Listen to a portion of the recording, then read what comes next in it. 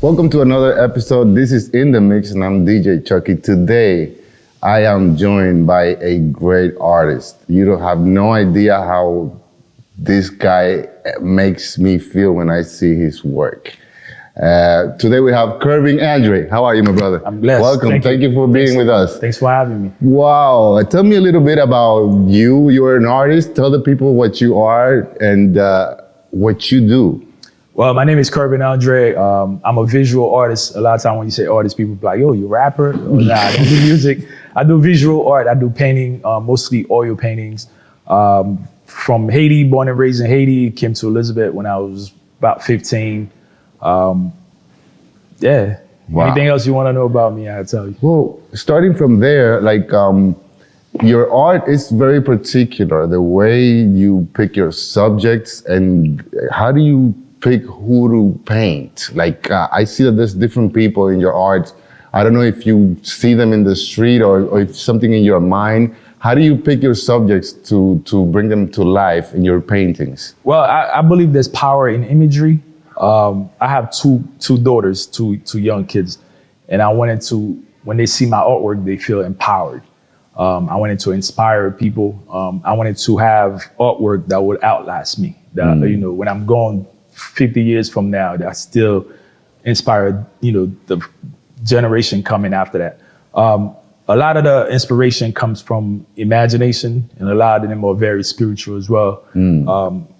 I pick my subject. It could be conversation, but a lot of my artwork is based on history. I'm big on history. I'm big on ancient history. Yes. Like I said, I was born and raised in Haiti. A lot of the Haitian history is not being told.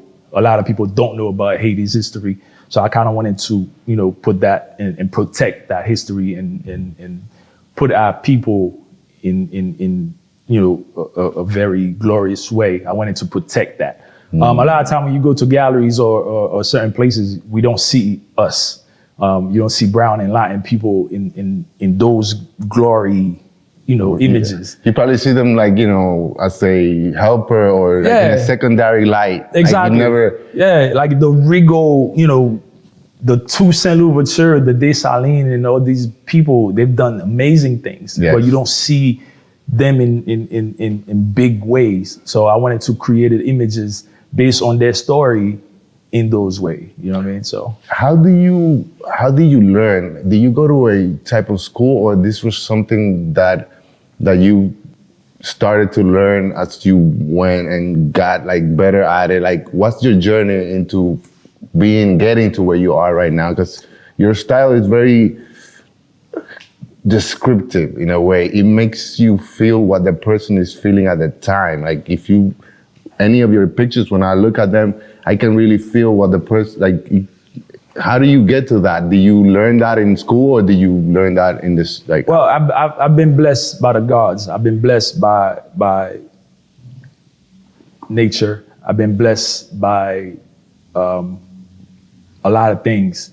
I didn't go to school for art, but I learned. I picked up, I look at a lot of other artists. I look at technique. I look at different things, but it was a natural, gifted things that was given to me. But I put a lot of work into, creating the styles that I have. I used to watch a lot of cartoons. I used to collect Marvel comic books. Whoa. When I was a kid, I wanted to be a comic book, illustrator. Yes. But of course, things changed. That's probably why a lot of my artwork, a lot of the characters, they're built like superhero in a lot of ways.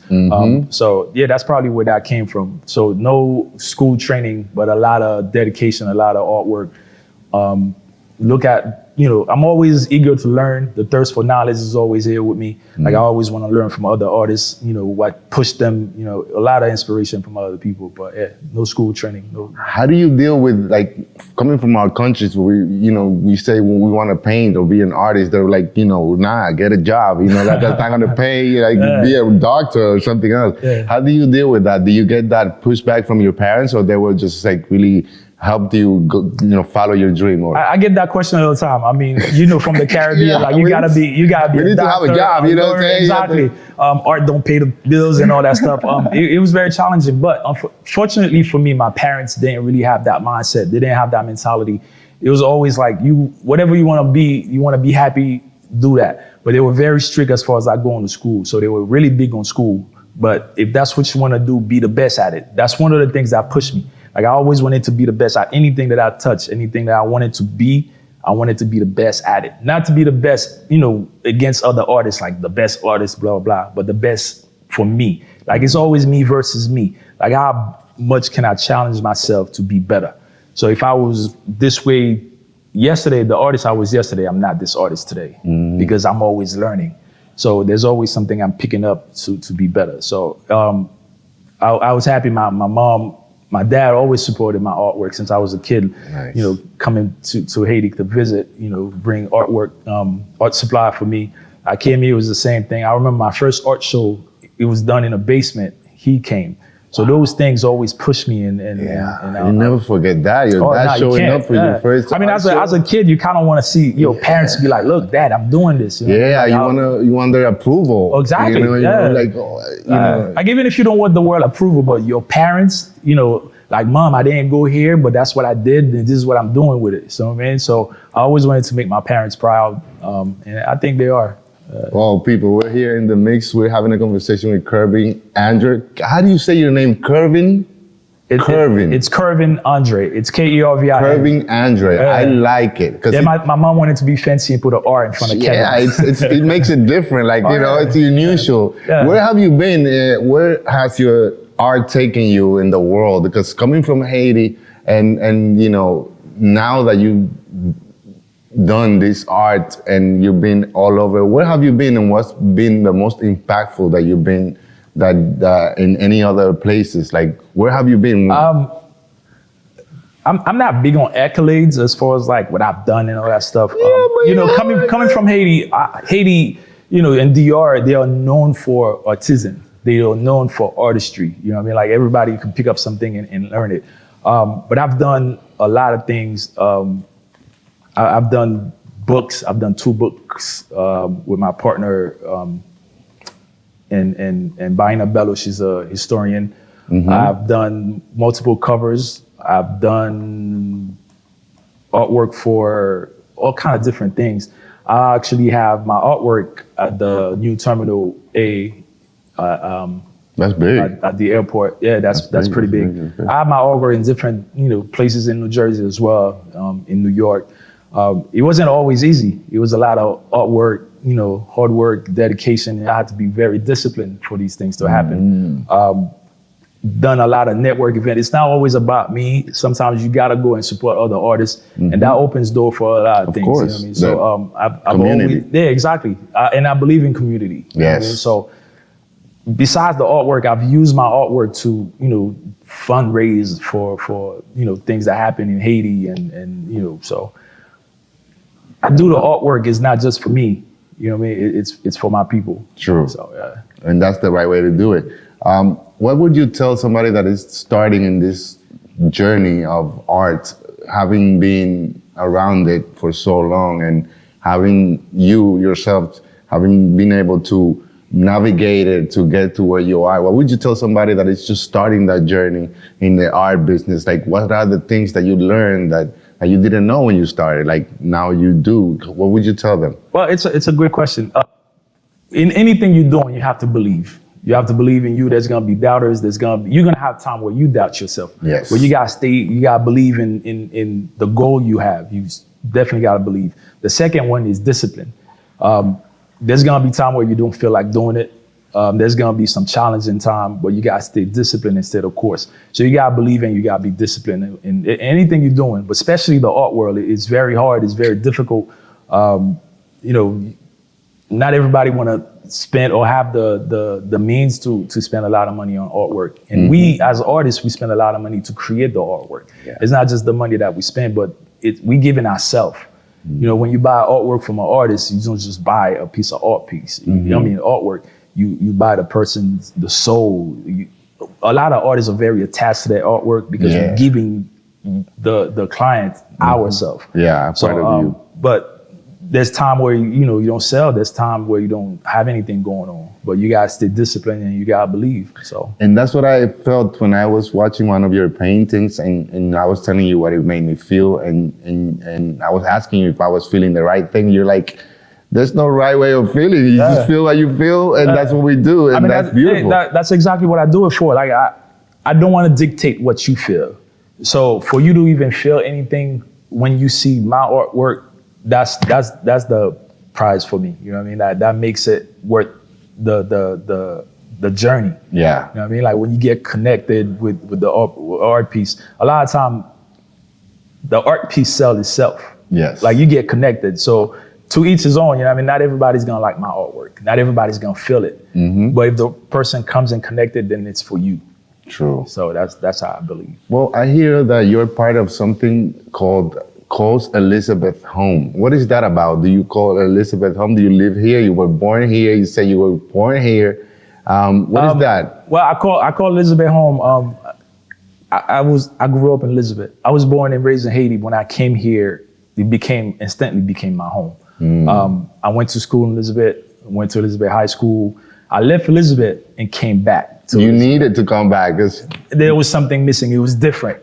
You know what I mean? I came back to Jersey. I went in different cities, but I came back to Elizabeth. There's something about Elizabeth that it always reminded me of when I was younger, like when I first came to the States. Yeah. There's always that nostalgic part of it. And, every time I'm in Elizabeth, I feel like I'm home. I could go wherever I want to be, wherever I want to go. I party in Elizabeth. I have my artwork in Elizabeth. Restaurants in Elizabeth. Like I eat in Elizabeth. I party in Elizabeth. Like, I don't know. There's something about Elizabeth. That's what I was going to ask you. Yeah. What do you do for fun? Like, artists, they paint, they focus, but what do you do to unwind? Like, listen, there's a lot of things when I was younger growing up in Elizabeth that we didn't have. Now that I'm out, I do these network events and I go and I see these restaurants. I'm like, these are places I used to see in other cities. Yeah. You know what I mean? And I come in Lisbon and I have them. Now we have them. Yeah, we have those open, rooftop stuff, and we have artworks, and we have beautiful food, we have beautiful people, and I love cigars, so I go to cigar spot. We have one in Elizabeth now. Yeah. Restaurants, I love Haitian food. I go, to First Republic all the time. We have, places where you go to a pool party. You got all these things going on in Elizabeth, and I don't have to leave Elizabeth to go party. That's great. It's not even just partying, like to have a nice meal, to, whatever you want, you have it in Elizabeth. Yes. I mean, I'm not just saying that because I'm part of the campaign called Elizabeth Home, but basically everything you need in Elizabeth, you get it. Well, look at the train. The train exactly. is just going right there. You go to New York, 20 minutes, 25 minutes. Transportation is right there. It's crazy. So it's amazing. I'm be honest. I love being in the city. I love being in Elizabeth. I love being part of Elizabeth. So I'm glad I'm back in Elizabeth, and yes, I call Elizabeth home. Well, people, we are in the mix with Curving Andre. He's an artist, a visual artist at that. And one question that I had for him was, like, he was talking about his daughters, and I wanted to know, what do your kids say when they see your artwork? Like, what do your kids say when they see your art, your work? My babies are my biggest inspiration. One of the reasons why I wanted to be a full-time artist was because of them. I wanted to leave something for them. Like when I'm no longer around, they be like, well, that's daddy's work. And this is the same thing. Like my kids will go anywhere. Well, when they were a lot younger, they'll go anywhere and see a piece of art they think is daddy. And I'm like, no, this is not mine. Like there's other artists as well. Hey, look, daddy. Yeah, and then they get older. They got older and they start comparing my artwork with people. Well, my daddy could do better. I'm like, no, that's not how this works. Yeah. And then of course they picked up. Kids do what they see. Not what you tell them to do. So of course, by me being at home and be a full-time artist, they picked up the habit, I guess. Well, I don't want to call it a habit, but they picked up that skill set. That's to where great. like they come in, they sit down, and they want to paint. It's a way for them to express themselves, because that's how I express myself. Whatever I need to say, or where I don't want to verbally say it, I pick up a pen or a brush and I paint. It's the same thing with them. They'll pick up their markers, their Sharpies, and they'll create, expand their imagination. And both of my babies, they They love art. Yeah. That's great. I asked you before, we were having a conversation, we were talking before the interview, and I asked you, when do you realize that you were an artist? And you were like, well, I was born an artist, what are you talking about? But when do you, I want to rephrase the question, when do you realize that this could be viable, this could be something you could live off of that, you know?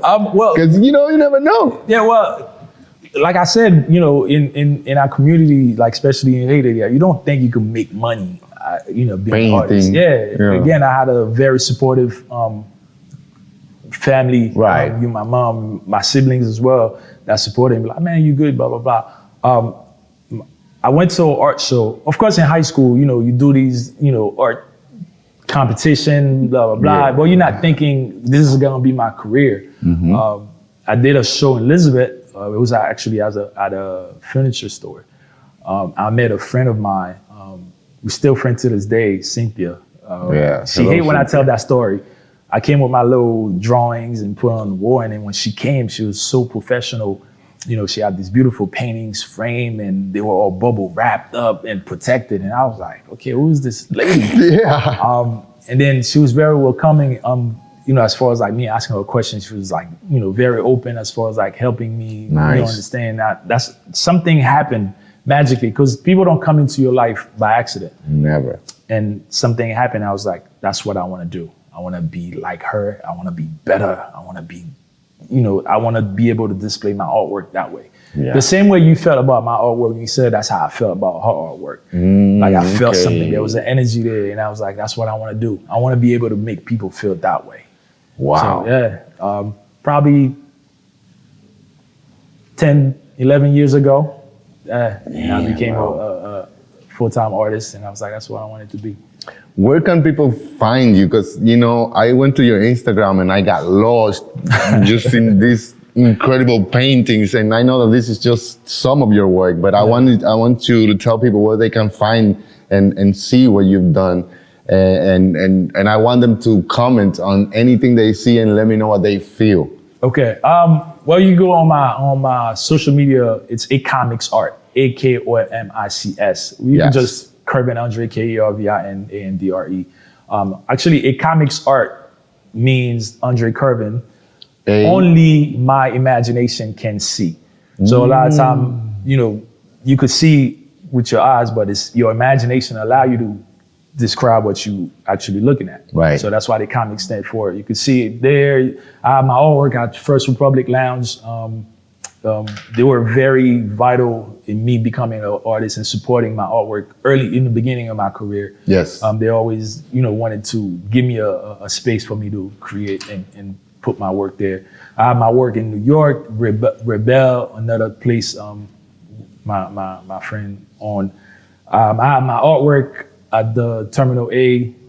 You can find my artwork a lot of different places throughout the city. That's one thing that you know, probably in the future you can do, like put up a post or a page where it shows or it tells everybody where your artwork is around the world. Like, cause you know, you probably, you know, so. Sometimes I forget where my artwork is. Right, that's what I'm saying, but if you have it in a page, it's like, okay, my work is featured here and there. But one of the things that you told me before that it was shocking to me and interesting was about art therapy. Yeah. What is that about? Can you do therapy with art and something that you do? What is that? Well, art is therapeutic. Yes. Through art, you could, like I said, it's self-expression. How do you express yourself through art? And I know what art has done for me to be able to express myself the way I wanted to. A lot of times we have so many things we want to say, but we can't express it verbally. Some people are good at writing, but I'm, as a visual artist, as a, you know, I express myself through my art. And that's what I want people to be able to do. It's very therapeutic. Whatever anger, whatever feelings, like those feelings are natural, like hate, anger, or whatever. But how do you channel that? How do you put that out without, you know, keeping it inside? Or damaging yourself. Or damage yourself, exactly. Because any unexpressed emotions that stays inside become darker. Yeah. So put it on paper, put it on canvas. That's how you do it. I work with behavior kids. I work in a special school, to where like I try to through my words, of course, like try to tell them how to behave, how to channel the, the behavior that they have, the anger, the frustration that they have. And I try to use that with my art with them so they could, express themselves better. It's challenging. It's not you're not gonna come today and be like, okay, I'm gonna paint, and it's not a magic wand. No, exactly. It's painting. With everything you do. Like I said before, you gotta believe in it. That's what you want to do. You gotta be disciplined, and you gotta be consistent. You got everything you're doing. You gotta be consistent with what you're doing to get a result. Mm-hmm. So that's what I was able to do. You know what I mean? Like through my art, I wasn't always mature, I was a teenager. It's life. Yeah, exactly. So you just said that you're not the same artist that you were yesterday. Today. So, yeah, exactly. Hey. Well, that's the goal with us being human. Yeah. Like the person you are today, you expect to be better. Yes. We want to better ourselves. You know what I mean? You got to push yourself to be excellent. To be better. Yeah, because we got to make this place better for the next generation. Of course. And by doing that, it's working on ourselves. And when you work on yourself, you become more disciplined. Yeah, you show the next generations that this a way of looking at things and reacting to those negative things that come to you regardless, in life. Like I'm big on mental health, you know what I mean? So through my art, I show people how to express themselves. You know what I mean? Like whatever you're feeling, put it on paper. It doesn't have to be the best looking art. Just feel it. Let it go. Let it go. Let it put it in paper. Vomit, whatever you want to do. I'm gonna put that on the t-shirt. There's the 3 things that I'm putting on the t-shirt, and that's one of them. Like just let it out. Let it out. Just put it on paper. A lot of time we keep things inside and it gets ugly. Yes. And we create things in our mind and it becomes something that doesn't have to be.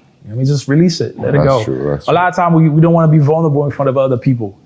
So use art. Yeah. You know what I mean? So I use art to be vulnerable. I don't have a problem being vulnerable. Well, now you know it, people. This is his message just for you and everybody in there.